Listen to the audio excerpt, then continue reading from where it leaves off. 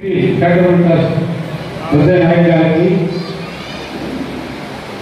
సంవత్సరం క్రితం నన్ను పిలిచాడు.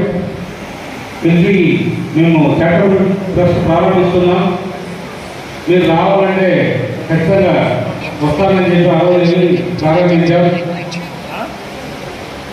బొజ్జ నాయకుల గురించి చాలా చోట్ల చర్చ జరిగింది. ఎందుకంటే చాలా నవ్వుతూ అందరికీ సహాయ సహకారాలు అందిస్తున్నారు. ఎవరు ఈ బొజ్జ నాయకులు అని చాలా మంది కూడా అడగడం జరిగింది. నేను చెప్పాను, ఆయన ఒక టీచరు చాలా మంది సేవా కార్యక్రమాల్లో పాల్గొంటుంటాడు. నేను గల్లూరు ప్రాంతానికి వెళ్ళిన తర్వాత వచ్చి ఇట్లా ఈ ప్రాంతం సంబంధించిన అన్ని విషయాలను నాకు తెలియజెప్పడం జరిగింది. చాలా సంతోషించాను. ఏదైనా అంటే ఎన్నికల ముందు ఎందుకు చెప్పాల్సిన పరిస్థితి ఉంది, ఎన్నికల ముందు నా పరిస్థితి ఈ ప్రాంతంలో చాలా వేరుగా ఉంది. అంటే ఎవరైనా చాకరీ చేయడానికి వెళ్తే నాకున్న అక్కడున్న ఈ ప్రాంతంలో ఉన్న ఆరో నాయకులు అడ్డుకుంటేవారు. అంటే నువ్వు చాకరీ ట్రస్ట్ ఎందుకు, నువ్వేంటి, నువ్వు రాజకీయ నాయకులు ఎదగాలనుకుంటున్నావా, నువ్వు చేయాల్సిన కార్యక్రమాలు, ఇలాంటి కార్యక్రమాలు చేస్తే నువ్వు ఇంకా చాలా ఇబ్బందులు వస్తాయని చెప్పిన కాలాలు కూడా ఉన్నాయి. దాంట్లో నేను కూడా ఒక బాధ్యత. ఎందుకంటే నేను కూడా కోవిడ్ టైంలో ఈ ప్రాంతంలో చాలా మంది రకరకాల ఇబ్బంది పడే వాళ్ళకు సహాయకాలు అందిస్తే నాకే ప్రత్యక్షంగా పంపించారు. మీరు కార్యక్రమాలు చేయలేండి, వాళ్ళని మీరు చేస్తే మాకు మంచి పేరు కాదు, మీకు మంచి పేరు వస్తుందన్నారు. సరే, వాళ్ళు ప్రజల పరిస్థితి ఏంటన్నా అంటే తర్వాత వాళ్ళు ప్రజలు మీరు చేస్తామన్నారు కదా, మీరు చేస్తామన్నారు. వాళ్ళు తర్వాత ప్రారంభించారు. ప్రజలందరూ కూడా వాళ్ళనే కొట్టారు.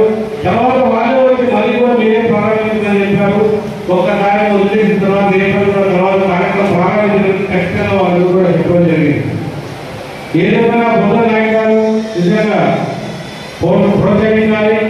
అన్ని రకాలుగా వాళ్ళని ప్రోత్సహించి వాళ్ళ ముందుకు తీసుకెళ్తేనే మన చారిటబుల్ ట్రస్ట్ 10 మంది కూడా ఉపయోగపడుతుంది.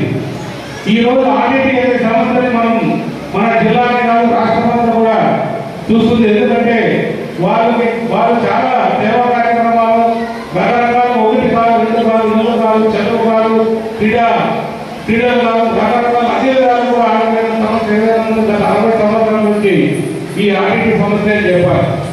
కానీ చాలా దురదృష్టకరం, ఎఫ్సిఆర్ 2021లోనే ఏదైతే ముందు 2021లో ఆ రోజు జగన్ రెడ్డి గవర్నమెంట్ లో ఇదే రంగయ్య ఆ రోజు ఎంపీగా ఉండి కూడా ఈ సమస్యని ఏ రకంగా ఆదుకోకపోగా ఏ రకంగా ఈ ప్రాంతాలు కూడా ఆయన కాలు తిరిగిన మోపాపాలు కూడా పోలేదు.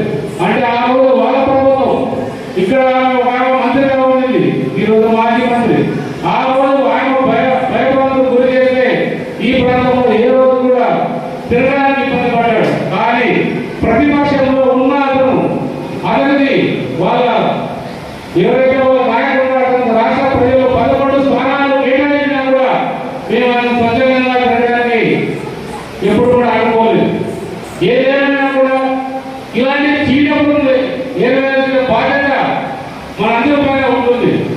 ఎందుకంటే నాకు వ్యక్తిగతంగా ఏదంటే వాళ్ళు చేసిన తప్పు 2021లో ఎఫ్సిఆర్ఐ ఆర్టీడీకి నోటీస్ సర్వ్ చేసి ఆ రోజే పనిచేయాలని చెప్పి వచ్చింది.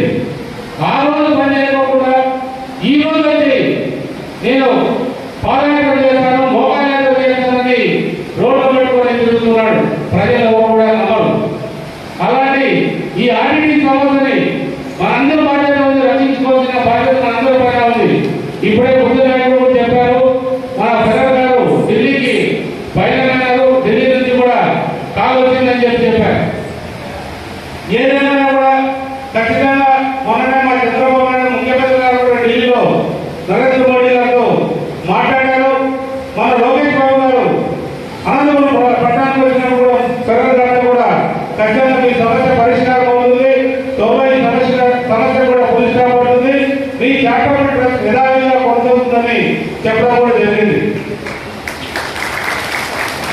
మేమందరం కూడా చారిటబుల్ ట్రస్ట్ కొనసాగాలి.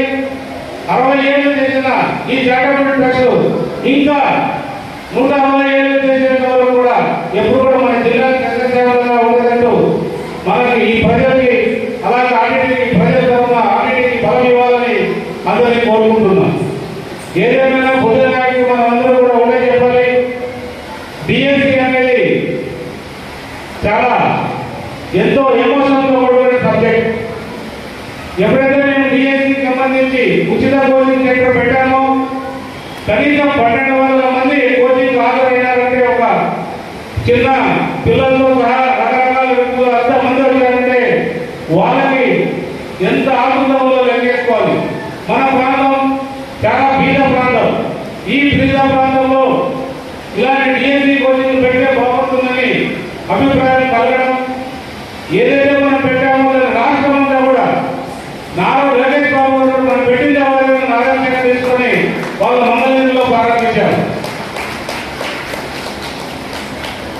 అంటే దానికంతా పూర్తి ఉదయం కావచ్చు, మన సంఘాపం కావచ్చు, ఇతర టీచర్లు అందరూ కూడా పూర్తి. తర్వాత డిఎస్సి అయిపోయిన తర్వాత డిఎస్సి అయిపోయిన తర్వాత వాళ్ళు మనోదయం కల్పించాలా ఎవరైతే వాళ్ళు ఉన్నారనే ఉద్దేశంతో ఆ మనోదయాన్ని కల్పించే ఉద్దేశంగా వాళ్ళకి ఏ రకంగా మనం మీరు ఎగ్జామ్ రాయాలి, లేకపోతే ఆ ఎగ్జామ్ లో ఏ విధంగా మీరు కాంపిటీషన్ లో ఎలాగా పాల్గొనే దానికి కాంపిటేటివ్ ఎగ్జామ్ మన బుద్ధనాయ్ నిర్వహించి దాని ప్రైజ్ మనీ కూడా తోడు చేసి నిజంగా అంతమంది 500 మంది ఆరోగ్యం చేశారంటే ఆయన మీద ఉన్న నమ్మకమే దాంట్లో కూడా కారణమని తెలియజేస్తున్నాం. ఏదేమైనా కూడా మనం చారిటీ చేసేవాళ్ళని ఖచ్చితంగా ప్రోత్సహించాలి. ప్రోత్సహించి మనం ఎప్పుడు కూడా ఏదాన్ని కూడా మనం భయపడాల్సిన అవసరం లేదు. ఆయన ఏ రకంగా ఎదుగుతాడో, చారిటీలో ఎదుగుతాడో, రాజకీయంగా ఎదుగుతాడో, లేదా విద్యావంతులుగా ఎదుగుతాడో అన్ని రకాల ప్రోత్సహించాల్సిన బాధ్యత మన అందుబాటులో ఉంటుందని నా దృఢమైన నమ్మకాన్ని అందరూ కూడా తెలియజేస్తున్నాం. ఏదేమైనా కూడా చాలా కార్యక్రమాలు ఉన్నాయి. ఇప్పటికే కమ్మలు 11 గంటలు పోతుంది, 12:30